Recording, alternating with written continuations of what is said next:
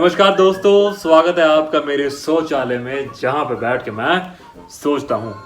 दोस्तों आज मैं बहुत दुखी हूँ। नहीं मतलब आते जाते लोग मुझे ये कह देते हैं कि रविंद्र तेरी लाइफ तो बहुत ज़्यादा इंटरेस्टिंग है, ऑथरों की लाइफ तो बहुत इंटरेस्टिंग हो चुकी है लॉकडाउन में। एक तुमने ऑफिस जाना नहीं है, घर बैठ के सारा काम करना, ऊपर से तुम्हारे पास इतनी स्टोरीज आ रही हैं, हाँ इतने आइडियाज़ आ रहे हैं लॉकडाउन के अंदर। मैंने कहा दोस्तों ऑथर की लाइफ इतनी चकाचौंध वाली होती नहीं है जितनी आपको दिखती है। अक्सर लोगों को लगता है कि आप रोमांस लिख रहे हो तो आपकी लाइफ में रोमांस भरपूर है, ऐसा होता नहीं है। अक्सर ऑथर दिल टूटा आशिक होता है, जिसके पास कोई चारा नहीं होता पर कि रोमांस लिखने का। मेरी जिंदगी में बहुत सारी चुनौतियां, बहुत सारी कठिनाई, आपको पता नहीं है कि ऑथर खून के घूंट पी जाता है और बेचारा चूं तक नहीं करता। मेरी जिंदगी में बहुत सारी चुनौतियां, बहुत सारी कठिनाइयां, आपको पता नहीं ऑथर खून के घूंट पी जाता है और बेचारा चूं तक नहीं करता। तो मैंने शौचालय में बैठकर सोचा कि क्यों ना मैं अपने दर्शकों को आज अपनी जिंदगी से रूबरू कराऊं। आइए देखिए कौन सी है वो चुनौतियां जिन्होंने हमारी जिंदगी की लेनी देनी कर रखी है। 2 साल पहले मैं शिफ्ट हुआ अपनी इस नई सोसाइटी में। दूसरे ही दिन लिफ्ट में मुझे मिल गए एक अंकल। कहते बड़े नए आए हो? मैंने कहा हाँ जी। कहते नाम क्या? मैंने कहा रविंदर सिंह। कहते कहाँ रहते हो? मैंने कहा नौतल्ला। कहते काम क्या करते हो? मैंने कहा जी मैं कहानियां लिखता हूँ। कहते वो सब तो ठीक है, काम क्या करते हो? मैंने कहा अंकल मैं कहानियां लिखता हूँ। कहते कोई ढंग का काम नहीं करते? ऊपर से तो मैं चुप रहा पर अंदर ही अंदर मैंने सोचा अंकल आपने अपनी बेटी का रिश्ता कराना मुझसे? मेरे पूछने लगी कि तुमने पढ़ाई नहीं की कोई? मैंने कहा की है जी। कहते कहाँ तक? मैंने कहा इंजीनियरिंग और एमबीए दोनों की है। कहते दोनों कैसे बर्बाद कर ली फिर?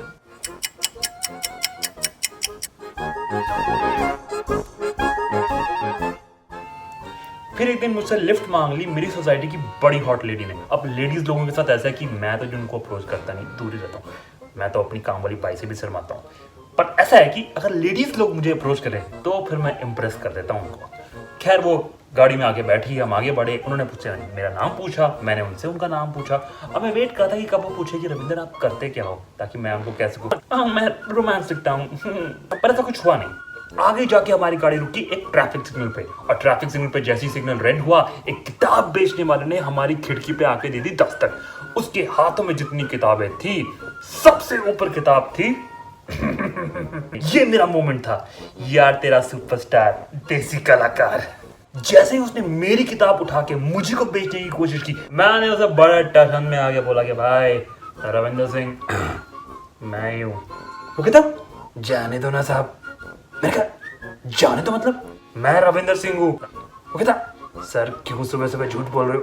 मैंने कहा झूठ? मैं रविंदर सिंह हूँ। कहता साहब बोलने के टाइम पे क्यों मच कर रहे हो? मैंने अपनी गाड़ी में बैठी बंदी को देखा, फिर उसको देखा। मैंने कहा साला ये तेजा मैं हूँ गेम मैंने बहुत खेल लिया। किताब का कवर खोल और अंदर देख मेरी फोटो है उसके अंदर। उसने किताब खोल ली, उसके अंदर फोटो कोई नहीं। कहता ये देखो साहब कोई फोटो नहीं है। किताब में फोटो गायब देख के मेरे पैर तले कार निकल गई, और मेरी कार में बैठी बंदी मुझे देख के सोच रही है कि इस झूठे दोगले मक्कार इंसान के साथ जाऊं कि ना जाऊं। मुझे 2 मिनट लगे समझने को कि वो इंसान मेरी किताब की पायरेटेड कॉपी बेच रहा था। और यही नहीं, मेरी ही किताब की पायरेटेड कॉपी वो मुझे को बेच रहा था। ये तो वही बात होगी कि मेरे गर्म तेल पे कोई और पुड़िया तल रहा है। मैंने खिड़की का कवर किया नीचे पूरा और दिया हाथ बाहर और पकड़ लिया उसका गिरबान। साले तुम मेरी किताब की पायरेटेड कॉपी बेच रहे हैं। मेरे साथ वाली बैठी बंदी कह रही है रविंदर जी आप क्या करें, रविंदर जी आप क्या करें। रविंदर जी की इज्जत का फलूदा हो चुका था, रविंदर जी ने कुछ तो करना ही था। इतनी देर में वो बचाव करने लग गया। भीड़ वहां पर आ गई और भीड़ ने 2 सेकंड लगाए मुझे मेरी गाड़ी से बाहर निकालने में।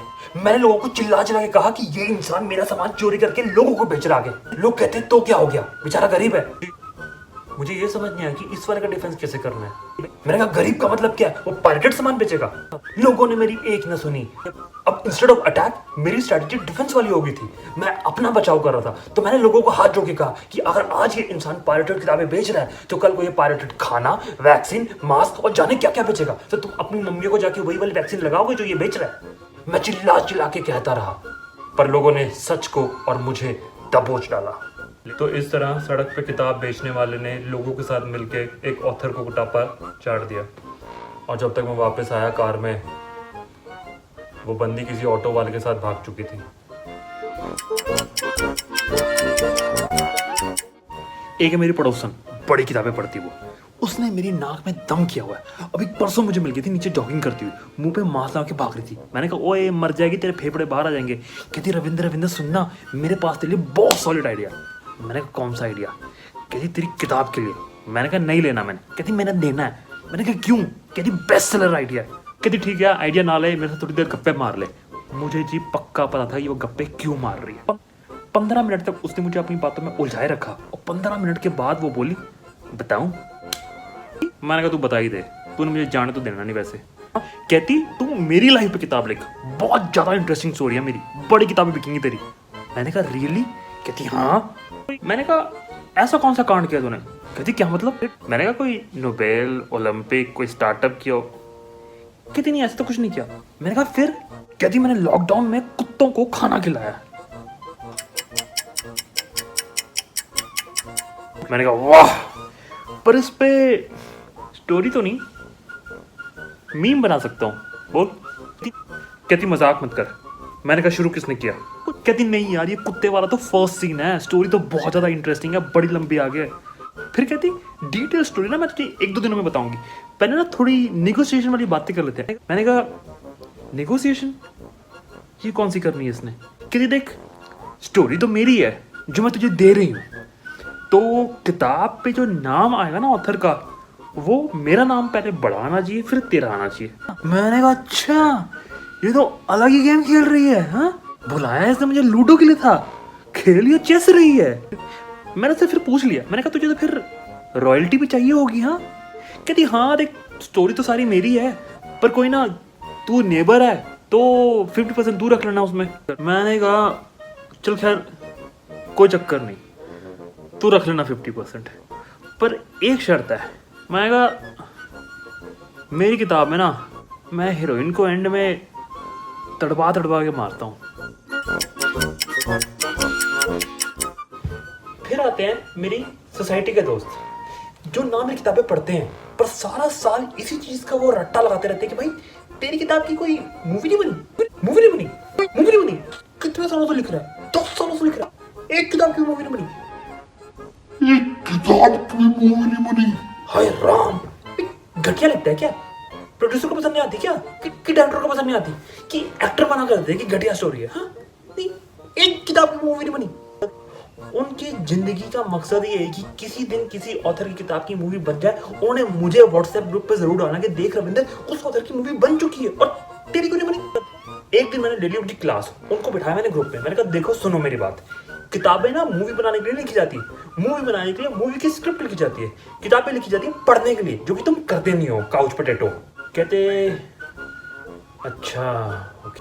फिर उनमें से एक बोला कि पर यार मूवी तो बननी चाहिए थी ना। इनमें से एक दोस्त ने फिर मुझे पूछ लिया, एक बात बता रविंदर यार तेरी किताबों के वर्ड काउंट कितने होते हैं? मैंने कहा यही कोई 65,000 70,000। कहता अच्छा। मैंने कहा हाँ। कहता अच्छा। मैंने उसकी आंखों में अपने लिए कुछ काम देखा। कहता तू मेरे लिए 300 वर्ड्स की ऐसे लिख सकता है क्या? मैंने कहा क्यों? कहता मेरी ना छोटी वाली बेटी का नर्सरी में एडमिशन है, तेरे लिए तो बाएं हाथ का काम होगा यार।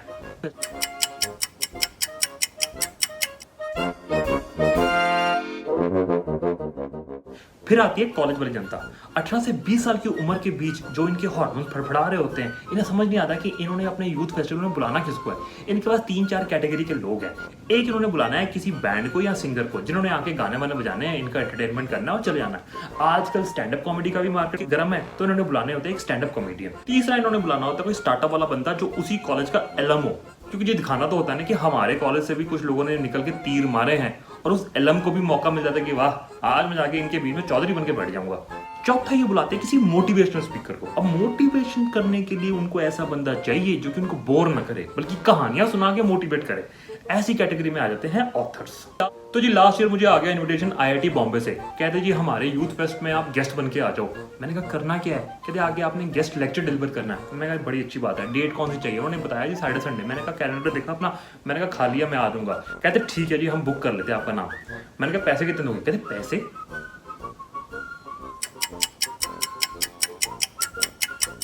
कहते जी पैसे नहीं दे सकते। मैंने कहा क्यों? कहते हम स्टूडेंट बॉडी है। मैंने कहा ये बड़ा सही है तुम्हारा, स्टूडेंट बॉडी। सर तुमने अपने कभी कॉलेज को बोला है कि हम स्टूडेंट बॉडी, हमने तुम्हारी फीस नहीं देनी, हाँ, और कॉलेज तुम्हें कहेंगे हाँ जी तो स्टूडेंट बॉडी है, इनको फ्री में पढ़ाते हैं। कहते सर पिछले साल प्रेसिडेंट ऑफ इंडिया आए थे, फ्री में लेक्चर देखे गए। मैंने कहा ओए प्रेसिडेंट रहता है राष्ट्रपति भवन में, मैं रहता हूँ 3 BHK में, मैंने कमानी है रोटी, और तेरे चक्करों में मैं दिल्ली से गुड़गांव तो आके तुझे मोटिवेट करके जाऊंगा, वो भी फ्री में। कहते सर ना ना ना चिंता मत कीजिए, हम आपकी फ्लाइट की टिकट स्पॉन्सर करेंगे। मैं कहा स्पॉन्सर? मैं कहा साले एक तो ये जो वर्ड है ना स्पॉन्सर, वो अपनी डाल तू जेब में। मैंने कॉलेज से मांगो पैसे। कहते सर कॉलेज पैसे नहीं देगा। मैंने कहा क्यों नहीं देगा? कहते सर कॉलेज में पैसे बचे नहीं। मैंने कहा IIT बॉम्बे के पास पैसे बचे नहीं? गवर्नमेंट फंडेड कॉलेज है, गवर्नमेंट को मैंने टैक्स दिया है, बच्चे कह रहे हैं आके उनको फ्री में मोटिवेट करो। मतलब कि पहले मैं टैक्स दूं सरकार को, सरकार मेरे ही टैक्स से एक कॉलेज बनाए, उस कॉलेज के बच्चे फिर मुझे बुलाएं मोटिवेट करने को और मुझे को पैसे ना दे। ये तो मैं अपने पैरों में कुल्हाड़ी मारने वाला काम कर रहा हूँ। एक तो बच्चे समझते नहीं है बात को, बात करते आधी रात को। मैंने पूछा मेरे अलावा कोई आ रहा है तुम्हारे यूथ फेस्ट में, कोई गेस्ट? कहते हाँ। मैंने कहा कौन? कहते अरिजीत सिंह। मैंने कहा वो पैसे ले रहा है? कहते हाँ। मैंने कहा स्टूडेंट बॉडी उसको कैसे पैसे अफोर्ड कर पा रही है? उनके पास कोई जवाब नहीं था। मेरे को लगा अभी कॉल ड्रॉप करके भाग लेंगे वो लोग, पर उनकी हिम्मत दिखाई उन्होंने कहा सर वो हमने अलग से कल्चरल फंड से पैसे निकाले थे। मैंने कहा वाह, तो कल्चरल फंड से तुम अरिजीत सिंह के पैसे निकाल सकते हो, मेरे नहीं निकाल सकते। मैंने पूछा और कोई आ रहा है? कहते हाँ। मैंने कहा कौन? कहते स्टैंड अप कॉमेडियन। हाँ, उसका नाम मैं ले नहीं सकता अपने चैनल पे, मैंने भी ह्यूमर चैनल पूरा नया तो हमारा ना कंपटीशन है। मैंने कहा पैसे ले रहा वो? कहते हाँ। मैंने कहा इसके पैसे कहाँ से आए? कहते जी उसी कल्चरल फंड में से। मैंने कहा सालों उनके लिए तुम्हारे पास पैसे हैं, एक मेरे लिए नहीं है। कहते जी उन्होंने तो सर हमको एंटरटेन करना है ना। मैंने कहा हाँ फिर, और मैंने क्या करना है? कहते आपने तो मोटिवेट करना है। मैंने कहा ये बड़ा सही है, बॉम्बे वाले गेस्ट तुम्हारे यहाँ 2 घंटे के लिए आएंगे और पैसे लेके जाएंगे, और मैं दिल्ली से पहले लूंगा कैब एयरपोर्ट जाने के लिए, और फिर मैंने लेनी है तुम्हारी स्पॉन्सर्ड वाली फ्लाइट, फिर उतर के लेनी है कैब तुम्हारे इंस्टीट्यूट पे आने को, फिर मैंने तुम्हें करना है मोटिवेट, फिर मैंने तुम्हारे गेस्ट हाउस में शायद पूरी रात बितानी जिसमें शायद मुझे मच्छर काटे, और अगले दिन मैं सब कुछ रिवर्स पे करने वाला हूँ, कैब फ्लाइट कैब। इतना सब कुछ करने के बावजूद एंटरटेनमेंट के पैसे हैं और मोटिवेशन का ढेला नहीं। ये तो बड़ा डिमोटिवेटिंग है मेरे लिए। ये तो थी मेरी जिंदगी की चुनौतियां। मुझे आप इस वीडियो के कमेंट सेक्शन में ये बताएं कि आपको क्या लगता है एक ऑथर की जिंदगी की सबसे बड़ी अच्छाई, इंटरेस्टिंग चीज क्या है? ऐसी चीज हो जिससे आप जेलस फील करते हो, ताकि उस कमेंट को पढ़ के मैं मन ही मन खुश हो जाऊं। और ये मेरा आपसे वादा है, उस कमेंट पे मेरा रिस्पॉन्स जरूर आएगा। तो देखा आपने दोस्तों कि एक ऑथर की जिंदगी कितनी ज्यादा डिफिकल्ट होती है। इस भारी मन के साथ मैं आज आपसे अलविदा लेता हूं, पर जाते जाते 2 बातें कहना चाहता हूं कि आप मेरी इस डिफिकल्ट वाली जिंदगी को थोड़ी सी इंटरेस्टिंग और एंटरटेनिंग बना सकते हैं। अगर आपको ये वीडियो पसंद आया हो तो प्लीज़ लाइक कीजिएगा, अगर हंसी आई हो तो किसी और को हंसाइएगा शेयर करके, और हाँ सब्सक्राइब करना ना भूलिएगा। तो चलिए मिलता हूं मैं आपसे कमेंट बॉक्स में, तब तक के लिए अलविदा। अगले हफ्ते हम फिर मिलते हैं।